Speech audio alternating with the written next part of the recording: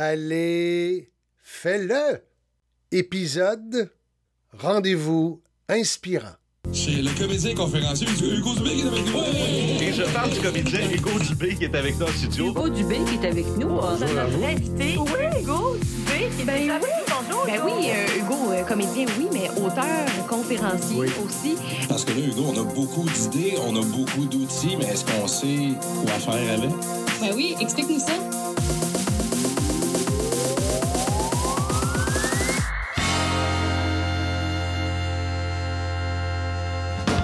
Écoutez, mon prochain invité, il fait partie aussi de mon univers ramdamien, puisqu'il fut l'un des premiers réalisateurs à mettre sa touche créative sur une série culte pour des milliers de personnes pendant plus de 2 ans. Et je dirais, je garde en mémoire son ouverture d'esprit, sa capacité d'adaptation, son professionnalisme d'arriver bien préparé et surtout son instinct de laisser le potentiel d'une scène aller entre les acteurs sans trop vouloir intervenir pour intervenir. Puis, ça pourquoi? C'est pour le bon plaisir des téléspectateurs, vous, cher public. Et là, je dirais presque 16 ans plus tard, c'est fou comme le temps file, j'ai le bonheur et le privilège de retravailler avec lui, de collaborer à nouveau avec lui sur une production qui, à mon sens, est l'un des plus grands succès de l'histoire de la télévision québécoise, série dont il peut se vanter, je sais que ce ne sera pas son genre, peut-être que oui, on va le découvrir, et il peut se vanter d'avoir été présent au tout début de l'aventure imaginée par le talentueux Luc Dionne, et oui, vous l'avez compris, je parle de District 31, et oui, je pense que vous avez compris que je suis très heureux d'accueillir un des éléments clés de ce phénomène télévisuel, le réalisateur Simon Barrette. Simon, salut, bienvenue. Salut Hugo, heureux de te retrouver. Moi aussi, merci de prendre de ton précieux temps parce qu'on est tous très occupés.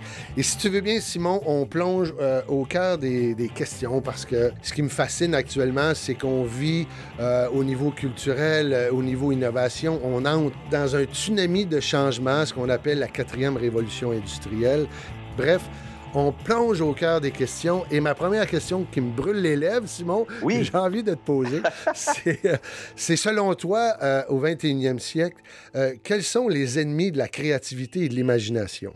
Les ennemis de la créativité et de l'imagination maintenant vont être le désir de faire consensus à tout prix, de vouloir essayer de plaire à un plus grand nombre en pensant que le plus grand nombre n'est pas capable d'absorber certaines audaces, certaines, je vais employer un mot anglophone, certaines twists aussi dans la façon de raconter des histoires. Donc, tout ça fait en sorte qu'il y a beaucoup d'autocensure d'un côté chez les créateurs qui va s'installer, en même temps qu'il va y avoir une certaine frilosité, si je peux dire, du côté des décideurs, c'est ça. Néanmoins, à travers ça, il y a des chances qui se prennent, heureusement, et ça permet d'avancer à petits pas.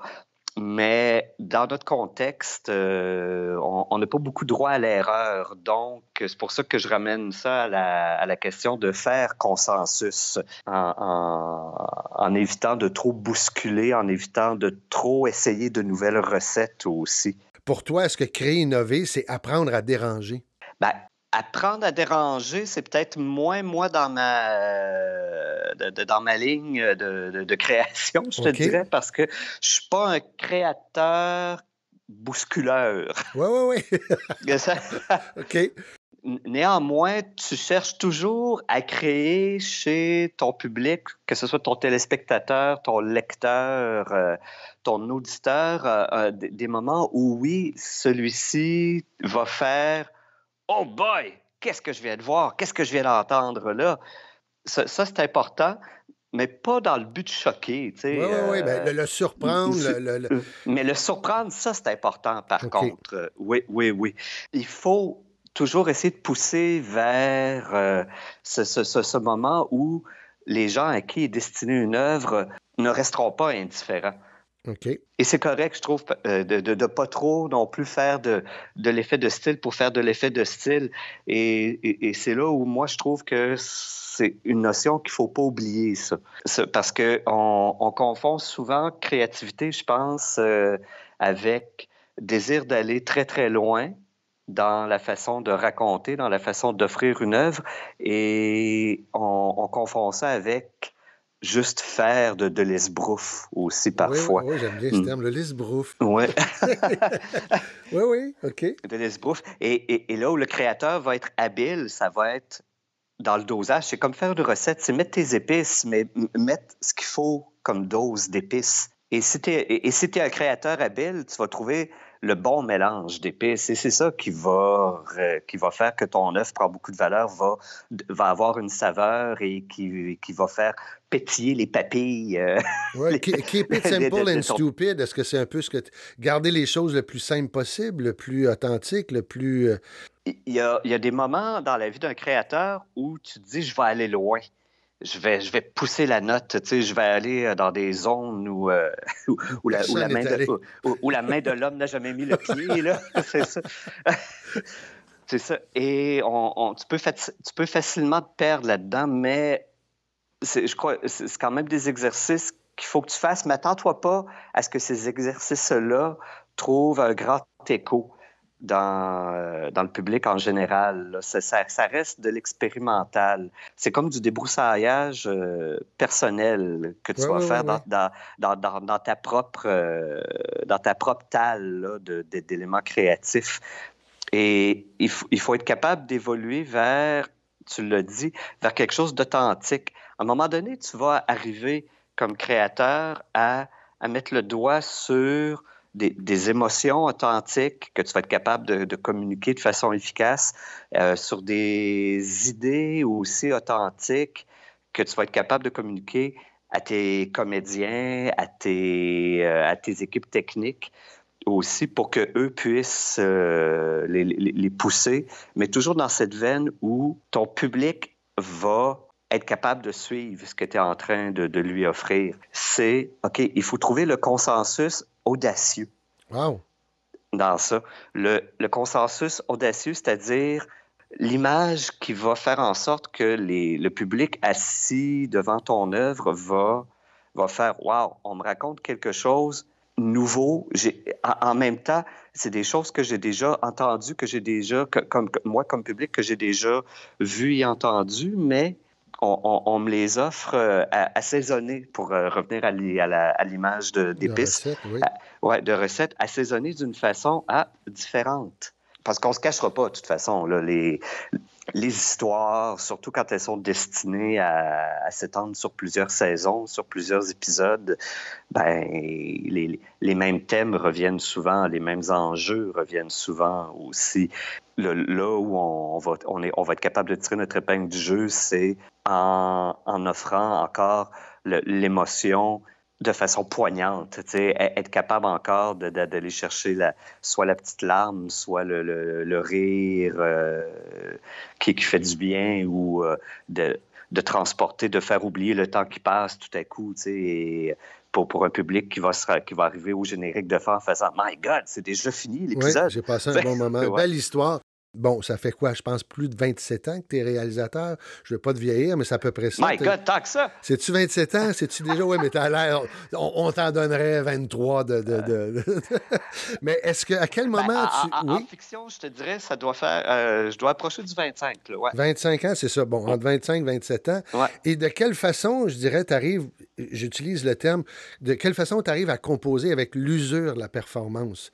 Parce qu'on exige c'est de plus en plus rapide. Qu'est-ce qui fait que tu donnes encore le meilleur de toi-même et que tu arrives à... Parce entre guillemets, on vieillit, tout change, tout est plus rapide. La pression, bon, c'est le nerf de la guerre, c'est souvent l'argent pour être capable de... Et c'est très exigeant. Bref, comment tu arrives à composer avec l'usure de la performance? À travers le plaisir qui demeure là malgré les diverses pressions. Tu reçois une histoire au départ, tu sais, un scénariste confie son bébé, sa fiction, et il faut que tu trouves le moyen de t'y attacher. Et une fois que... Ben, des fois, c'est vraiment très facile parce que l'histoire est bonne, là, tu sais, tout simplement, et tu l'accueilles à bras ouverts, là. Et là, le plaisir déjà s'installe à travers ça. Et il faut que tu le communiques, ce plaisir-là, aux artisans avec qui tu vas travailler pour pour réaliser les histoires qui te sont confiées. Et là, je vais tomber dans quelque chose d'un peu, pas métaphysique, là, mais Oui. une fois que tu as communiqué ton plaisir, il te revient. Ton équipe va te le ramener, va te le retourner. L'histoire elle-même va te le retourner. On dirait parce que tu aimes l'histoire, elle va t'aimer en retour. Et C'est du lubrifiant pour l'usure de la performance. C'est à la base le plaisir. le plaisir, oui. Donc, il faut que tu abordes les œuvres qui te sont confiées. Parce que moi, je suis un réalisateur qui n'a pas la prétention de vouloir être scénariste. Donc, on me confie des scénarios. Tu sais, je m'en vais pas... Je veux pas les écrire, les scénarios, là, à la place de l'auteur. Donc, on me confie ça. Donc, et je choisis de les aimer, ces histoires-là. OK? Et c'est sûr que des fois, tu lis un texte et tu n'es pas nécessairement d'accord avec toute la structure ou la dimension psychologique des personnages. Mais écoute, l'auteur, il l'écrit, c'est son histoire. Donc, aime-les, accueille-les. Tu sais, et si tu n'es pas d'accord avec ça, fais-le juste pas. Va ailleurs. OK. Mais donc, quand tu l'accueilles, cette histoire-là, tu as un plaisir. Tu acceptes d'avoir de l'amour pour cette histoire-là. Et cet amour-là te revient par ton équipe, par l'histoire elle-même. Là, ensuite, entre en ligne de compte la réalité financière, la réalité très terre-à-terre des horaires, du temps de tournage, qui est, oui, très astreignante, qui peut être très contraignante aussi. Mais je crois que à partir du moment où tu as décidé de le faire, d'embrasser ton scénario, il y a un il y a un bon bout de chemin qui a été fait et ça te permet de passer à travers tes journées. Mais pour ça, ça prend une unité, une communauté de pensée à travers tous les échelons de la hiérarchie là, d'une production. Donc, il faut que tout le monde fasse le même show, que ce soit ton producteur le plus élevé dans la boîte jusqu'à tes coordonnateurs, coordonnatrices. Oui. C'est ça, il faut que tout le monde travaille de concert là-dessus. Et ça te permet de passer à travers la contrainte, à travers la pression, justement, là, de performance. Si tout le monde dans ton équipe a la même pression, je te dirais, ça se peut. Jusqu'au point où, à un moment donné, tu peux pas tourner une scène qui dure 2 minutes, tu peux pas la tourner en 30 secondes. Là, on tombe dans juste dans le pur impossible. Mais tu peux avancer comme une petite armée bien synchronisée et bien solidaire, là, dans la mesure où c'est ça, où toi, comme réalisateur, tu as réussi à fédérer là, les énergies de tout le monde dans un même but et que tout le monde comprend bien le contexte dans lequel ça se fait et où toi, tu réussis aussi à communiquer le niveau d'acceptation de la contrainte, tu sais, où c'est clair que, écoute, là, on tourne une petite série, par exemple, on tourne une petite série pour le web, on a, comme budget, on a, $2 et 4 boutons à 4 trous. Donc, on comprend que c'est ça, tout le monde. Ton équipe va finir par dire oui, c'est ça qu'on fait, c'est ça qui est le domaine de notre possible. Allons-y. Et ça m'amène, quand tu as parlé d'une série web, tu me dis, quel est le premier critère pour que tu dises oui à un projet? Il faut que l'histoire soit bonne, pour commencer. Est-ce que oui, donc la première chose, c'est l'histoire t'interpelle. Il faut que l'histoire m'interpelle, il faut que je la trouve bonne, il faut que je sente qu'elle va rejoindre les gens aussi. Là, à partir de ce moment-là, je sens que je vais faire quelque chose pour le public. Parce que moi, ça ne m'intéresse pas de faire des œuvres pour moi.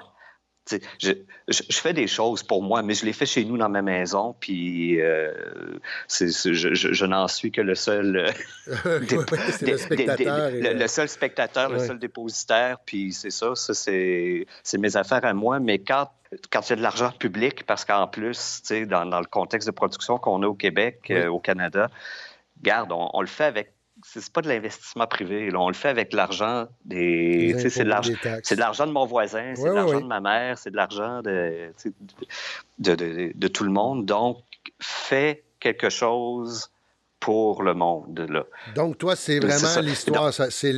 Donc, il faut que l'histoire soit bonne en partant. Il faut que je sente qu'elle va rejoindre les gens. Ça va m'interpeller. J'ai fait beaucoup de jeunesse aussi. Oui. Et j'adore faire du jeunesse. Et là, je fais de l'adulte, mais pour moi, c'est pas la fin du jeunesse dans ma carrière là, non plus. Et tu vois, quand je faisais du jeunesse, il y avait beaucoup la dimension de est-ce que je suis en train de créer du rêve chez des enfants, mais du rêve qui va leur permettre de grandir en même temps. Qui va leur permettre de faire grandir leur imagination, de faire grandir leur goût du jeu aussi, pas du jeu d'acteur, là, mais un goût du jeu de... Si je leur fais une émission comme je faisais Les Argonautes, OK, la dernière pour quel âge, que j'ai Les Argonautes? C'était du 6-8. 6-8 ans, OK. Et tu fais une émission de même et tu te dis, j'ai le goût que les enfants regardent l'émission puis qu'après, aillent jouer dehors en reproduisant ce qu'ils ont vu dans l'émission parce que c'est des histoires qui les rassurent, c'est des histoires qui leur donnent le goût de l'aventure et c'est des histoires qui vont leur permettre de muscler leur créativité grâce au rêve, parce que quand excuse-moi, je pars dans toutes les directions, mais c'est des sujets qui me passionnent. Là, je me dis, bon, mon public de jeunes, par rapport aux Argonautes, regarde ça et ensuite développe sa propre créativité parce que ça leur donne le goût de faire des affaires. Ça leur donne le goût de rêver des histoires comme ça. Et quand ils deviennent adultes, je crois que ça fait de meilleures personnes parce que le rêve est possible. Et quand le rêve est possible, ben c'est là que tu réussis à créer des entreprises responsables. C'est là que tu réussis à découvrir un traitement pour une maladie. C'est là que tu réussis à devenir quelqu'un qui entreprend de grandes choses pour ta communauté. C'est de travailler le quotient intellectuel et le quotient émotif, ce que tu me parles, le quotient émotif. Ah, tu le dis bien, ça, travailler le quotient émotif, exactement. Faire en sorte que comme être humain, après, notre quotient émotif, notre sensibilité... Oui, empathie, tout ça. Notre empathie, tout ça, est bien affiné et bien tuné. Oui. C'est ça, parce que ça sert après dans tout. Ça sert dans tout après. Donc, il y a comme ce rôle-là. Donc, quand je choisis une histoire, quand je le fais en adulte aussi, je me dis, bon, il faut que l'histoire permette aux gens de discuter, permette aux gens de réfléchir. Et ça n'a pas besoin d'être super profond ou très angoissé. Ça peut permettre à un père de dire à son fils « Je t'aime », il y a quelque chose qui l'a touché, ce qu'il n'aurait jamais pensé de faire avant. Il y a ça aussi, là, tu sais. Oui. Et comme spectateur, tu vas avoir un moment où tu vas avoir ton petit quick là, au cœur, parce que là, tu as vécu une belle émotion. Et comme tu disais, ça va permettre à un père de dire « je t'aime » à son enfant. Oui. Ben, parce qu'il va avoir ressenti ce petit quelque chose-là et il se dit « Hey, ça se peut, cette affaire-là, c'est en moi, je peux aller le... » Et en même temps, avec, je dirais, l'impatience et l'urgence du résultat, est-ce que selon toi, ça affecte la qualité créative? C'est sûr qu'on se met beaucoup de pression pour y arriver et on tourne aussi maintenant de plus en plus vite. Donc, ça force beaucoup, je trouve, au départ, les comédiens à l'avoir du premier coup, là, l'émotion. On filme la répétition. C'est... Si on peut... Non, mais tu sais, maintenant, c'est... Donc... ça arrive des fois, oui. En se disant, regarde, on va filmer une répétition, puis au pire, ça sera juste... une répétition si jamais on n'est pas bon, mais des fois, la répétition devient un peu le... Il faut toujours filmer les répétitions parce que ça peut être la meilleure fois aussi. J'essaie de le faire le moins possible, moi, ça. Et souvent, sur les plateaux, des fois, on est full pressé. Oui. Et c'est ça, tu sais, mettons, mon premier assistant réalisateur va me suggérer de filmer, de tourner, d'enregistrer la répétition pour gagner du temps. Puis je réponds souvent, non, regarde, on va rester civilisé. J'aime ça. on va laisser la chance à tout le monde. Et c'est pas juste les comédiens. Hein. C'est pas juste de laisser la chance aux comédiens de jouer la scène une fois. C'est de laisser la chance à l'équipe aussi de l'absorber au moins une fois. Oui. Parce qu'on oublie souvent que les comédiens livrent de grandes performances à l'écran. Et tu parlais d'angoisse de la performance. Là, ils ont de moins en moins de prises pour être bons. Oui. Mais c'est la même chose pour l'équipe technique aussi. Tout à fait. Si je vais prendre un exemple de District 31. Dans District 31, on fait souvent marcher en parlant les comédiens sur de longues distances à travers le décor du poste de police. Ça nécessite, c'est des longues prises, donc les comédiens doivent être bons du début à la fin, naturellement sans se tromper. On appelle un plan séquence. C'est comme un plan séquence. Et il faut que l'équipe soit bonne aussi. Ils ne peuvent pas juste être à peu près bon là-dedans. Et c'est beaucoup de monde qui se déplace en même temps avec des caméras, avec des micros. Des fois, il y a même de l'équipement d'éclairage qui s'allume et qui s'éteint selon la zone où on est rendu dans le décor pendant ce déplacement-là. Ça demande des répétitions. Et ça, comme angoisse de performance, ça met beaucoup de pression. Mais on veut le faire, par contre. On veut le faire parce que c'est beau. parce que c'est beau, parce que c'est dynamique et parce qu'on est rendu là aussi par rapport à tout ce qui se fait d'autre. On est en compétition avec les autres productions québécoises. On est en compétition avec des productions internationales qui se retrouvent sur Netflix. Oui. Donc, il faut faire ça. Et il faut avoir cette espèce de goût du défi-là aussi, le côté « t'es pas game ». On plonge. On plonge, on le fait, let's go. Et d'une certaine manière, ça nous ramène à une créativité un peu animale. Oui, l'instinct.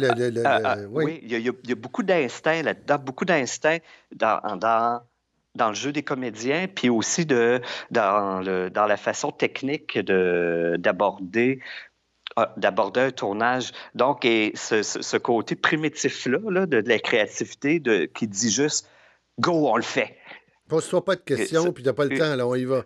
Et on y trouve, je vais t'avouer, un certain plaisir parce que je parle avec des techniciens qui ont beaucoup plus d'années d'expérience que moi, qui ont connu diverses époques là, de confort créatif, oui. Et qui vont eux-mêmes me dire... C'est vrai qu'il y a des fois, ils se sont retrouvés sur des tournages où il y avait comme presque trop de temps, là, où il y avait trop de questions qui se posaient et c'était trop long entre les prises. Et à travers toute cette urgence-là, toi, comment tu arrives à lâcher prise? Est-ce que à prendre un recul? Est-ce que tu aimes te retrouver seul? Est-ce que tu as un espace créatif, un oasis créatif? T'aimes aller dans le bois, sur le bord de l'eau, dans ton sous-sol, dans le cabanon? Pour lâcher prise, à un moment donné, il faut il faut performer, mais il faut se reposer aussi. Bien, j'en ai beaucoup de ces espaces-là.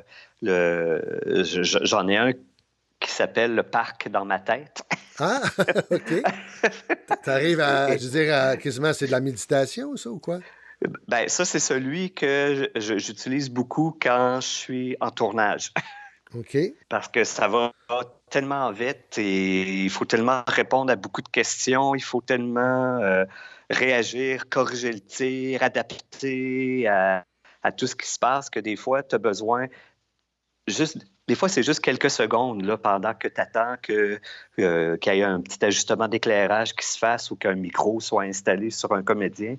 Alors là, je fais ce que j'appelle, je m'en vais veger au parc dans ma tête. OK, c'est des micros, des micros lâcher prise. Là. C'est des micro-pauses qui me permettent de juste faire un silence et je disparais, c'est ça, au parc dans ma tête. Je suis encore là, je suis prêt, je continue à entendre tout ce qui se passe, mais de façon plus lointaine.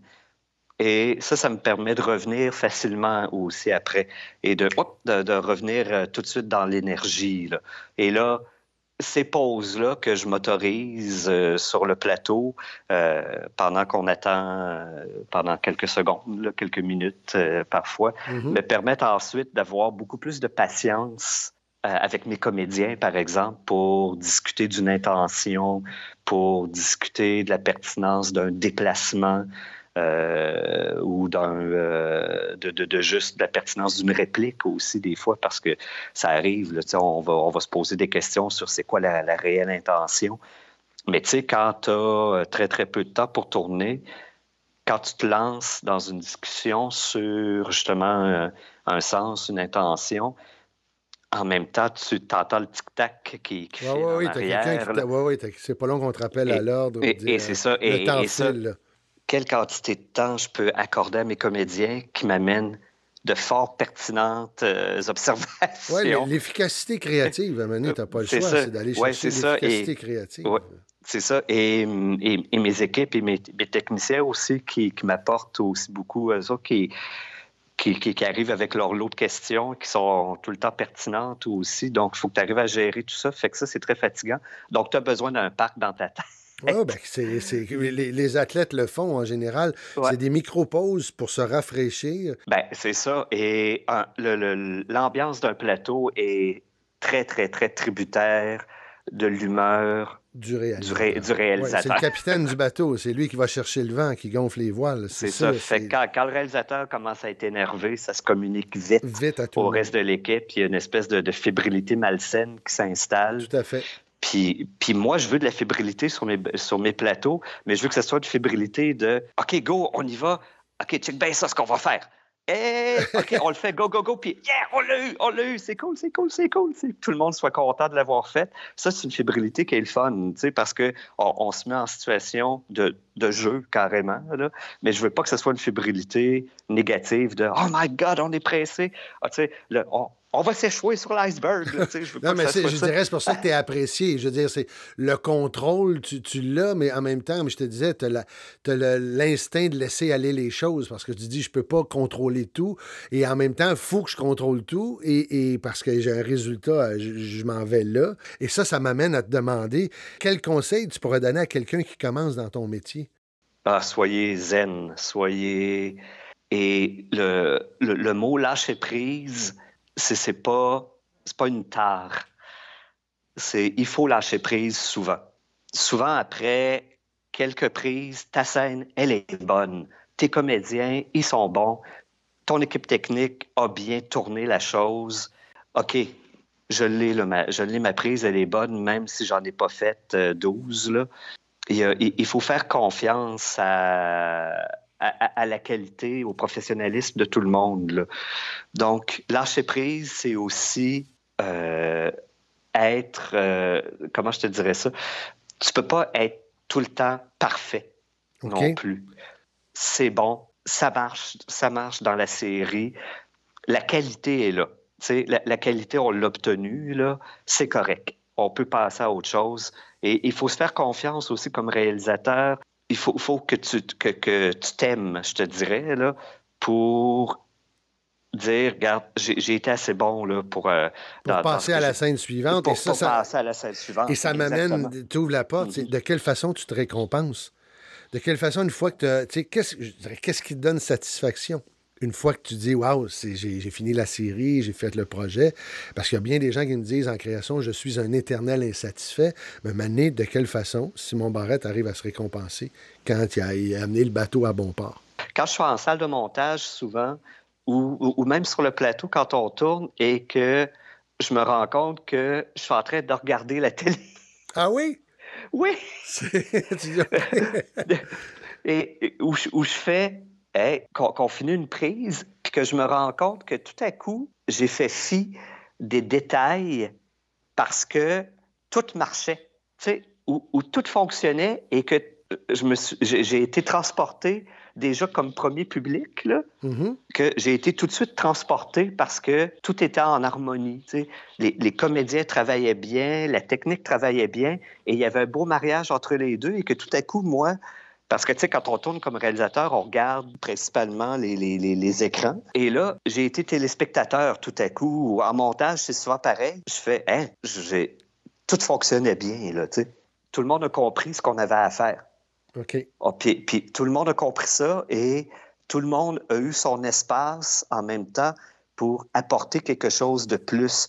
Moi, il n'y a rien qui me satisfait plus quand, après avoir donné quelques directives aux comédiens, ben là, ils jouent et tout de suite, ils sont capables de rajouter des couches et tu fais « wow! » Il est vraiment parti du point A pour se rendre au-delà de Z, là, tu sais.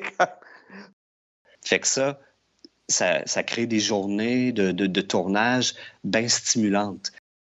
Ça devient une belle fébrilité créative. Moi, c'est exactement. pour ça qu'on fait ce métier-là. Et puis, excuse-moi, puis tu sais, je reviens au lâcher-prise. Oui. Il faut accepter qu'il y ait beaucoup de scènes quand même qui parfois, ben écoute, c'est pas... la scène a son utilité, puis s'il y avait de l'information, ça servait à passer de l'information pour mieux comprendre la suite. Est-ce qu'on doit bien passer l'information? Est-ce que c'était ce que j'appelle idiot-proof? C'est-à-dire que tout le monde a compris. Okay. Moi, le premier. Oui. C'est keep it simple and stupid. C'est souvent... c'est ça. Puis ça fonctionne, tu sais. Tu peux pas réinventer la roue à toutes les fois. Tu sais, des fois, c'est des scènes qui durent 20 secondes de deux personnages se rencontrent au détour d'un couloir pour se dire... L'information. Oui. Appelle-moi ce soir, puis il faut que je te dise des choses dont je ne peux pas te parler ici. Prends pas 1 heure pour le faire, puis cherche pas des grands sens cachés dans ça. Et ça j'aime ça parce que tu me dis, est-ce que pour créer, ou souvent il y a l'espèce de cliché de est-ce qu'on doit être nébuleux, malheureux, insatisfait, en colère pour aller dans créer? Ou... Non. Non, absolument pas. Et il faut, pour créer, il faut juste... Regarde, il y a une phrase que, à un moment donné, j'ai lue derrière un disque de Jacques Brel.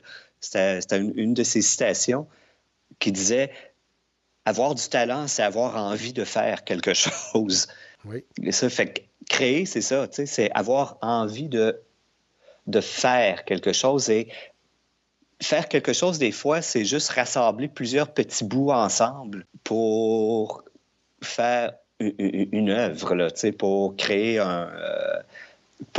un ensemble. Donc, quand je dis que des fois, dans une œuvre télévisuelle, par exemple, il y a des petites scènes simples, ben elles font partie de quelque chose de plus grand, ces petites scènes-là. Et il ne faut pas se laisser distraire justement par le fait que, mais mon Dieu, il ne se passe pas grand-chose dans cette petite scène-là. Ben, peut-être qu'il ne se passe pas grand-chose, mais il se passe néanmoins toujours un petit quelque chose qui va s'inscrire dans le reste. Et c'est ça qu'il ne faut pas perdre de vue. C'est la vue d'ensemble de ton œuvre.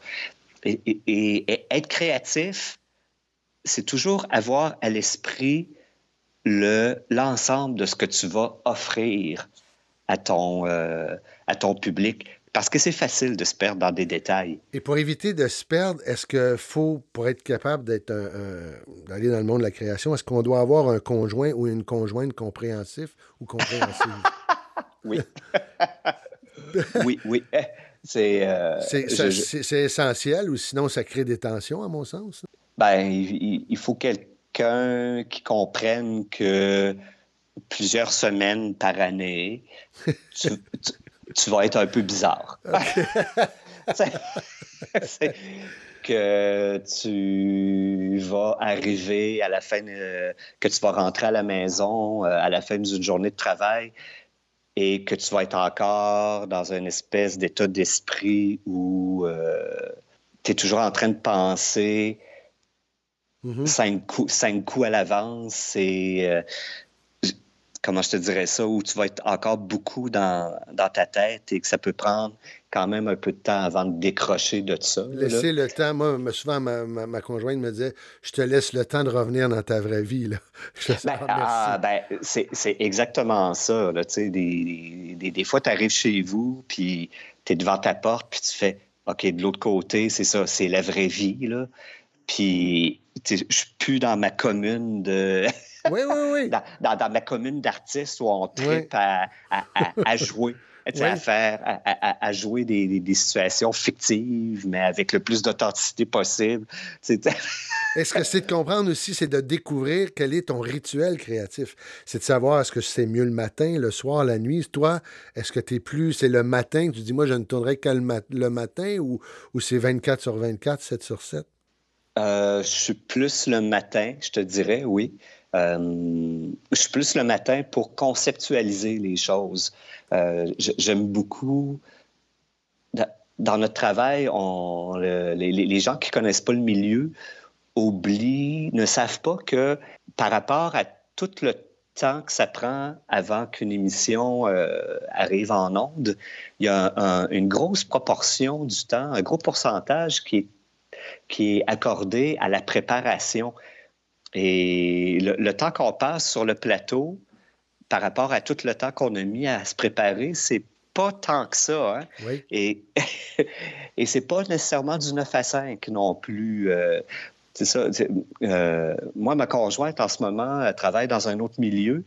Et au début, elle trouvait ça assez particulier que j'ai des journées où je travaillais, je pouvais être très tôt assis devant mes scénarios, à faire mes recherches visuelles, à dessiner mes scènes, tout ça. Et là, l'après-midi, écoute, je fais d'autres affaires là, qui sont pas... C'est atypique comme métier. Qui n'est pas du domaine du 9 à 5, là, tu sais. Oui. C'est ça, mais tu travailles quand même dans ce temps-là, mais tu es peut-être en train de faire autre chose. Moi, je fais de la musique. Je vais m'installer derrière mon instrument, derrière ma guitare, et je ne suis pas en situation de loisir.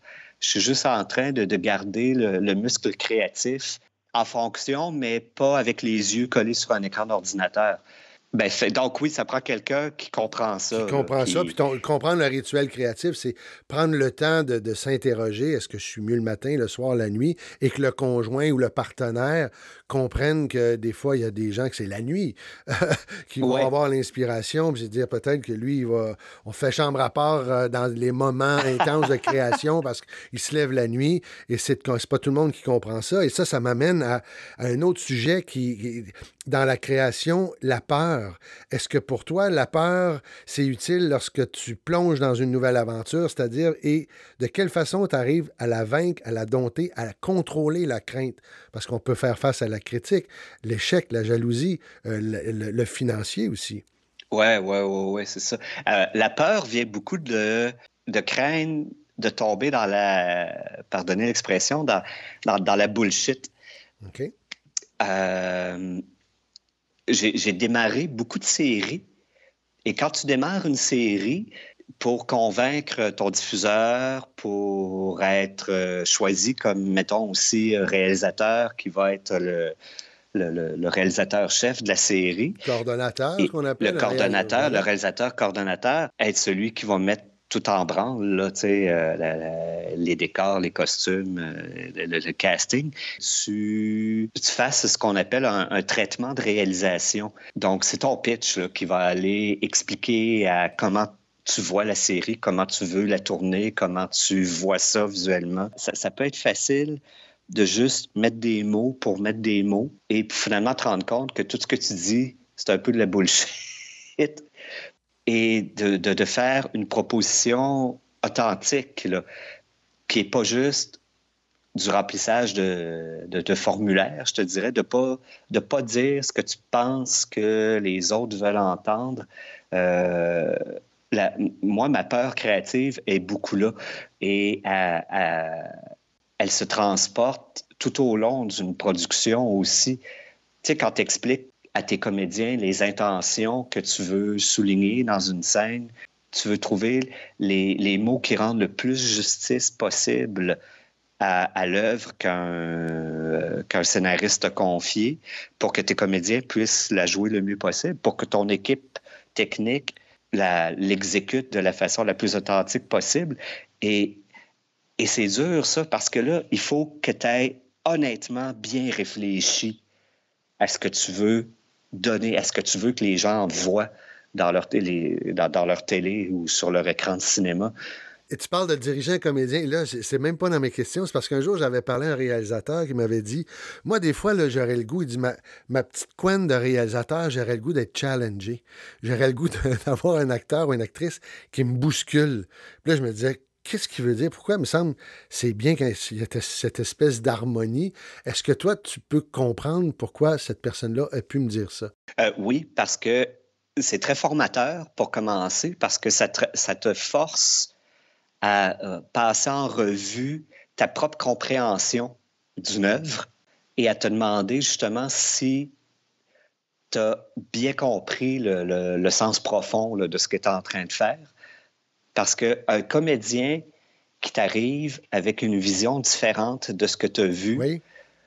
Ben, c'est pas parce que sa vision est différente qu'il y a tort de la par rapport à ta propre vision. Et là, il faut que tu fasses, oh, OK, est-ce que je me suis trompé moi-même? Est-ce que j'ai bien compris? Et est-ce que ma compréhension, si elle est erronée, est-ce qu'il va y avoir un effet domino sur le reste? Donc, quand je dis que c'est formateur, c'est que là, oh boy, tu as affaire à pédaler, puis à pédaler honnêtement aussi. Pas à pédaler en... Pour une question d'égo ou de contrôle. Oui, c'est ça. C'est pour servir l'œuvre. C'est pour servir l'œuvre, exactement. Ultimement, tu vas prendre la décision finale parce que c'est ça, oui, c'est ça ta job. Et c'est ce qui est convenu parmi l'équipe. C'est que, oui. En bout de ligne, c'est le réalisateur qui a la vision de l'œuvre. Si tu veux que ton équipe te respecte, si tu veux que l'équipe, ce sont les comédiens et ce sont l'équipe technique et tes producteurs aussi. Si tu veux être respecté dans ta vision, il faut que ta vision elle soit juste en tabarouette, là. Et il faut qu'elle se défende, cette vision-là. Et il faut que tu sois capable d'avoir justement assez d'assurance dans ta vision des choses et avoir l'honnêteté de la mettre dans la balance avec l'autre vision, avec l'autre vision. Et il faut que tu sois capable aussi, il faut que tu aies l'humilité de faire, OK, ce que mon comédien est en train de m'apporter là, comme vision ou mon directeur photo, et d'une justesse plus grande que la mienne. C'est ça. L'autre a vu quelque chose que je n'avais pas vu et que je dois être capable d'intégrer à ma vision pour que ça serve l'œuvre de façon encore plus efficace. Et des fois, on peut dire, là, on n'a pas le temps de se challenger, on le fera une autre fois.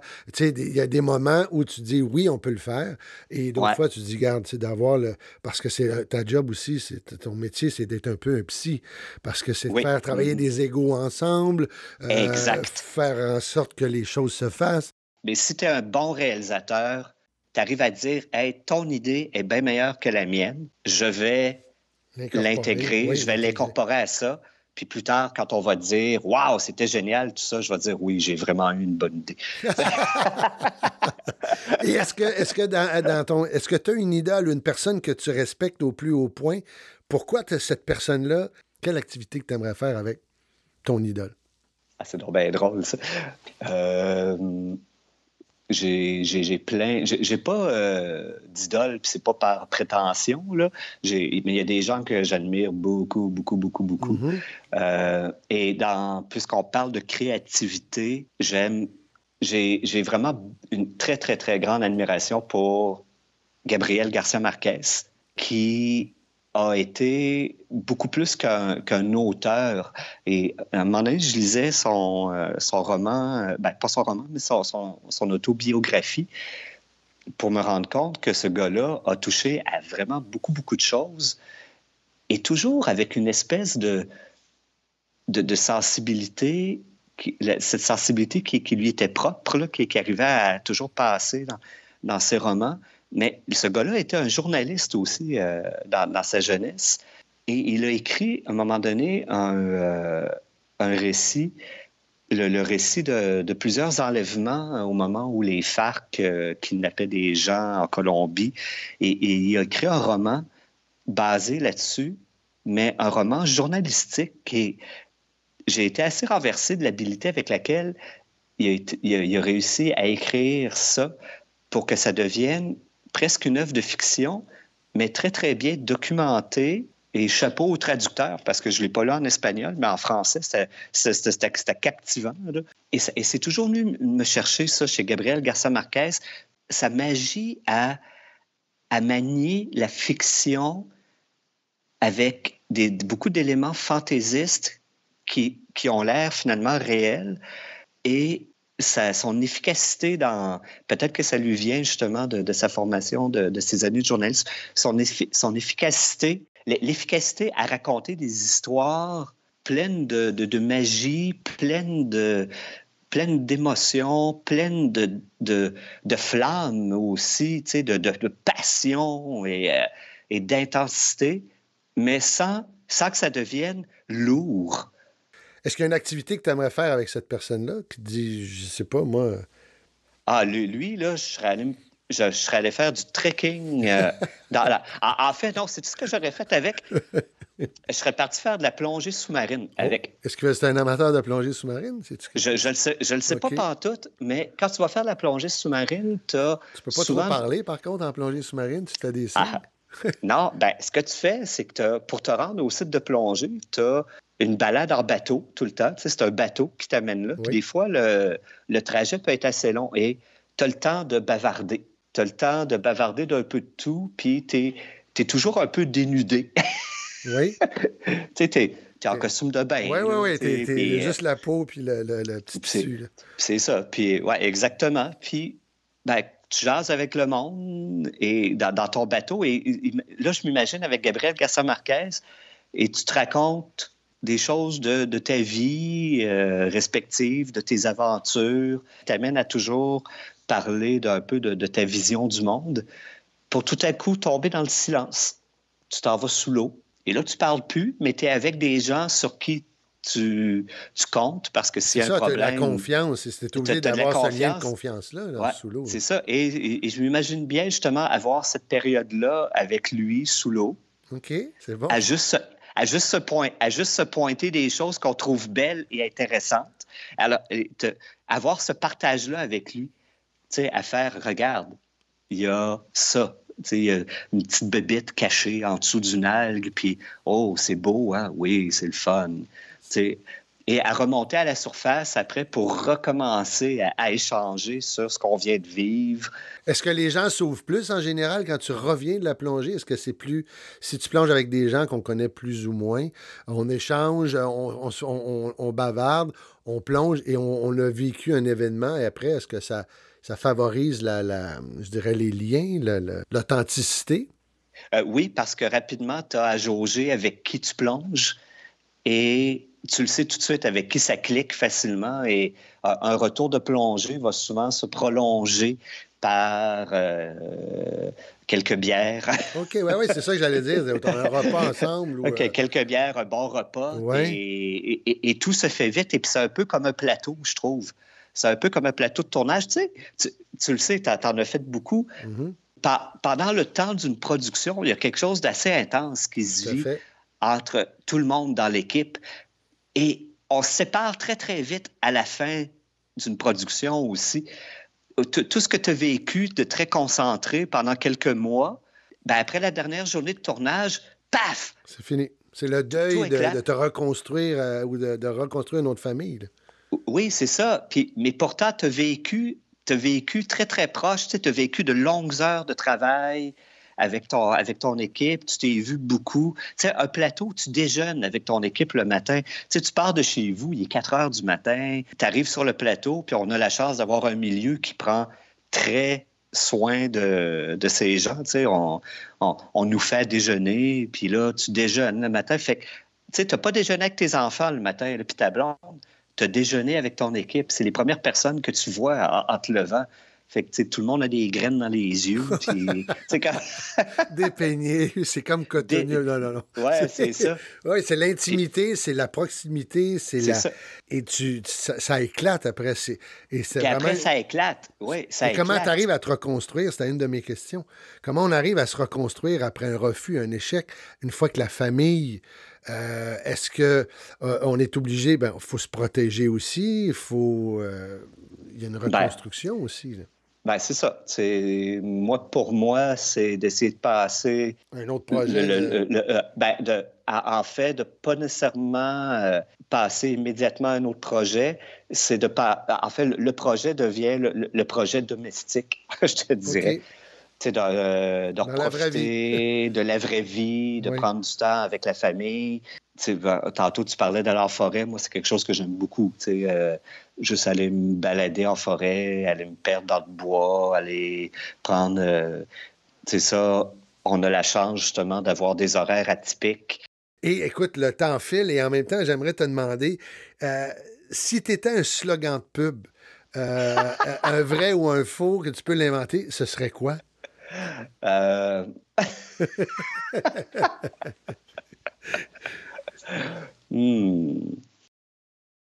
Mais m'essayer, c'est m'adopter.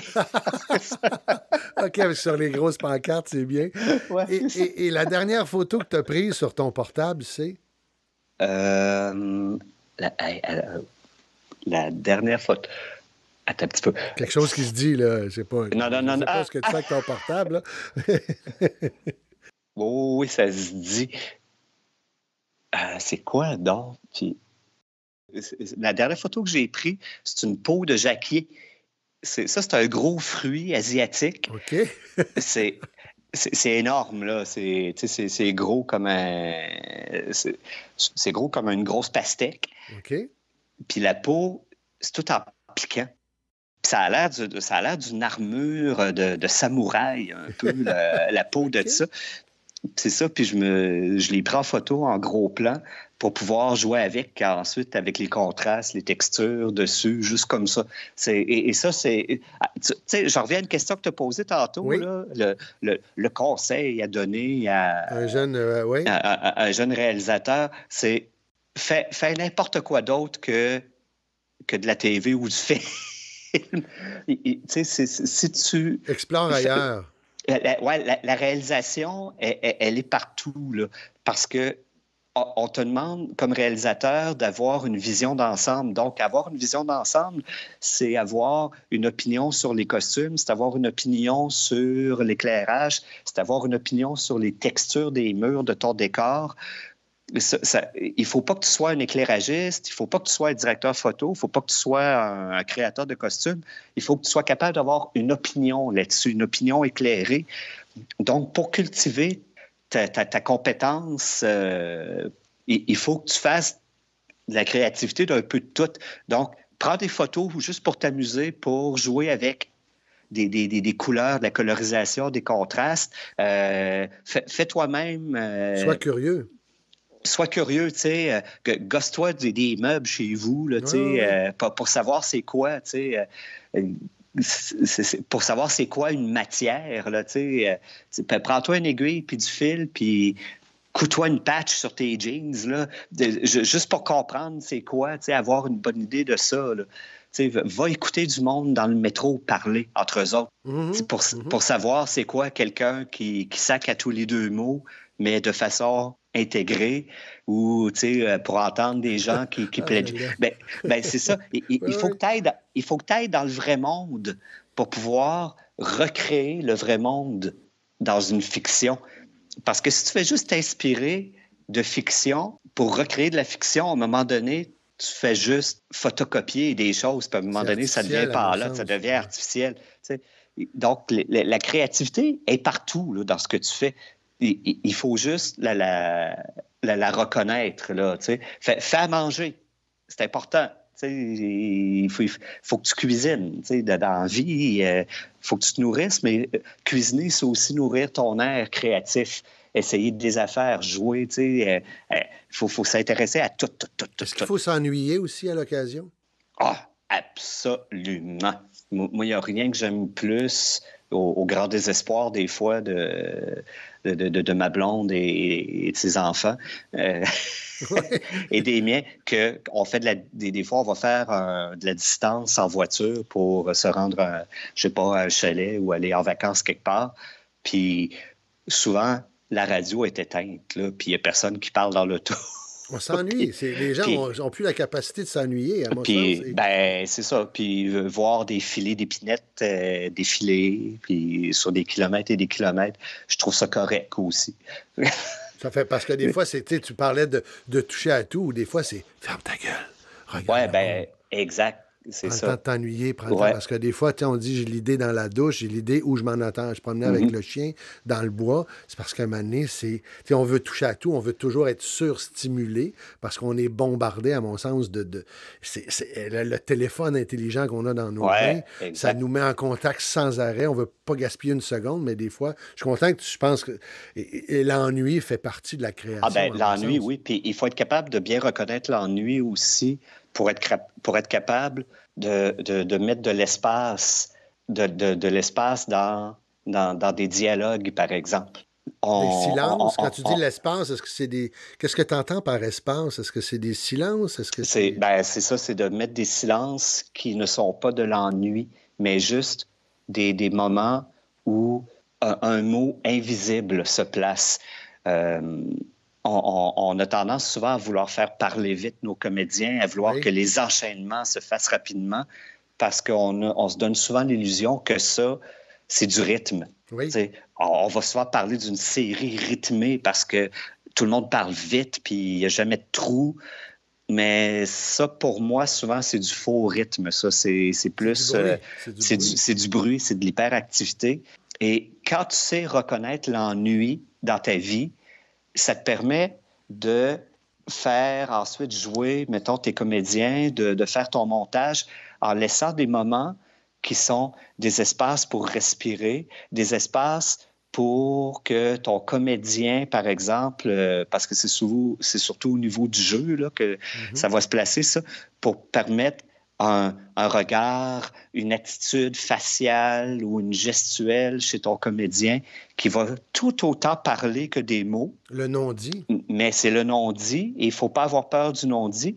Et toi, comme réalisateur, après, quand tu vas être en montage, tu vas être capable de faire, OK, cet espace de jeu-là, ce moment de silence-là, à travers le dialogue, je le laisse durer jusqu'à un point X qui, au-delà de ce point X-là, là, ça devient de l'ennui, puis ça, tu ne veux pas t'ennuyer. Mais il faut que tu sois capable de le laisser vivre, justement, encore dans le moment où il est significatif. Oui. C'est ça. Oui. C'est ça. Puis après, tu fais, OK, des fois, tu vas avoir des œuvres où ces moments-là, je trouve, vont au-delà du significatif, où ça devient carrément de l'ennui, là. Puis on le reproche souvent à des œuvres qui sont un peu hermétiques ou un peu trop contemplatives, on va dire, là, que, bon, regarde. Je trouve que Roma, il y a des gens qui détestent, il y a des gens qui aiment. Je ne sais pas si tu as vu le film Roma. Oui, bien sûr. Alors qu'il y a des gens qui disaient, c'était des plans, ça ne bouge pas. Je dis, c'est ça l'ennui. En tout cas, et ça amène, les gens ont de la difficulté à s'ennuyer. Et souvent, je leur dis, ça fait partie du développement, de l'entraînement créatif. Apprenez à vous ennuyer. Tu vois, je pense que dans Roma, c'est ça, tu n'atteins pas le point d'ennui. Selon ma perception de ce film-là, tu n'atteins pas le point d'ennui parce que même si c'est lent, même si c'est bien minimaliste par bout, il y a encore quelque chose qui se raconte, là. Oui, je suis d'accord avec toi, mais pour bien des gens, c'est insupportable. Je le comprends. C'est sûr que lorsqu'on s'ennuie, on se visite à l'intérieur aussi. On se prend de ses nouvelles. Alors, est-ce qu'il y a des moments dans sa vie, certaines personnes disent « Je suis pas en état de prendre de mes nouvelles ». Des fois, la vie peut les bousculer. Tu n'auras pas le choix de prendre de tes nouvelles. De tes nouvelles, oui. Avant de te retrouver derrière à l'air dans une jaquette verte puis dire « Là, tu n'as pas le choix de prendre de tes nouvelles ». C'est pas ça. Qu'est-ce que... Parce qu'on achève, Simon, moi je parlerai jusqu'à demain matin avec toi tellement que c'est intéressant. Qu'est-ce qu'on peut te souhaiter pour les 3 prochaines années? Pourquoi tu as choisi le 3 comme 3 prochaines années? La règle des 3, parce que 3, c'est quand même assez long, 3 ans. On ne sait pas ce qui peut arriver. Les gens me disent souvent, pourquoi 3? Parce que la règle des 3, le chiffre 3, tu sais, des fois, c'est qu'est-ce qu'on peut te souhaiter pour les 5 prochaines années, les plans quinquennaux. Mais 3, c'est beau, 3. Mettons 3 ans, qu'est-ce qu'on peut te souhaiter pour les 3 prochaines années? Ben moi, pour les 3 prochaines années, puis je te dirais les 3 qui suivent après, et ainsi de suite, je cherche toujours d'un point de vue professionnel les projets dans lesquels je vais avoir du plaisir à travailler. C'est une dimension essentielle, pour moi, dans l'accomplissement de ce que je fais. Là, j'ai choisi d'épouser une carrière dans la création avec toutes les insécurités que ça apporte financièrement et émotivement aussi. Émotivement, exactement. Mais parce que j'y trouve toujours du plaisir. Puis c'est pas un plaisir masochiste là, à être dans l'insécurité. Moi, je suis chanceux, ça va bien, tu sais. Fait que, donc, le plaisir n'en est que décuplé. Donc, ce plaisir-là, je veux qu'il demeure. Je veux que dans les 3 prochaines années, toutes les idées qui m'habitent, que la place qu'on me donne aujourd'hui pour pouvoir les mettre sur la table et les transformer en quelque chose qui est du pain sur la table aussi. Oui. C'est ça, One for the money, two for the show. Hein? Exactement. Je veux que ça continue, cette affaire-là.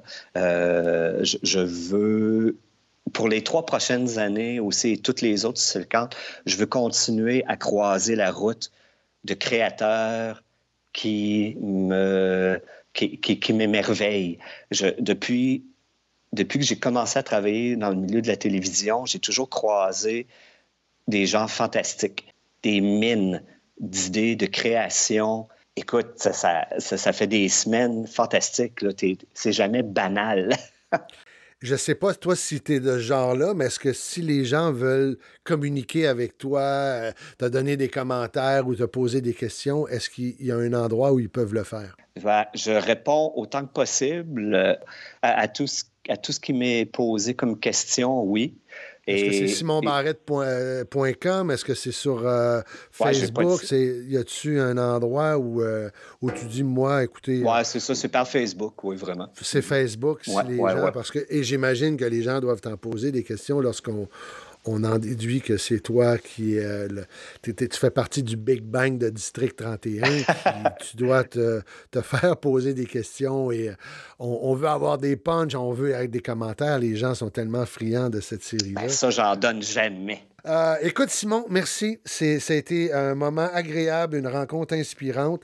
Je te souhaite que ces 3 ans-là se multiplient à l'infini. Et puis, écoute, merci. C'est très inspirant. C'est comme je l'ai dit en entrée de jeu, tu es une personne avec laquelle c'est agréable de travailler. C'est facile et ça nous donne ce petit oomph de plus de dire cette journée de tournage-là, elle est longue, elle peut être éreintante, mais au moins, il y a un capitaine sur le bateau qui fait en sorte qu'on gonfle les voiles, on prend la mer. Oui, des fois, il y a du brouillard, il peut y avoir des tempêtes, on peut avoir les mains qui se blessent parce que les vents sont violents, il faut retenir les câbles, mais en même temps, tu permets cette aventure-là et je t'en remercie. Je te remercie pour ce beau moment qu'on vient de passer ensemble. Ça a été un plaisir, Hugo. Merci beaucoup.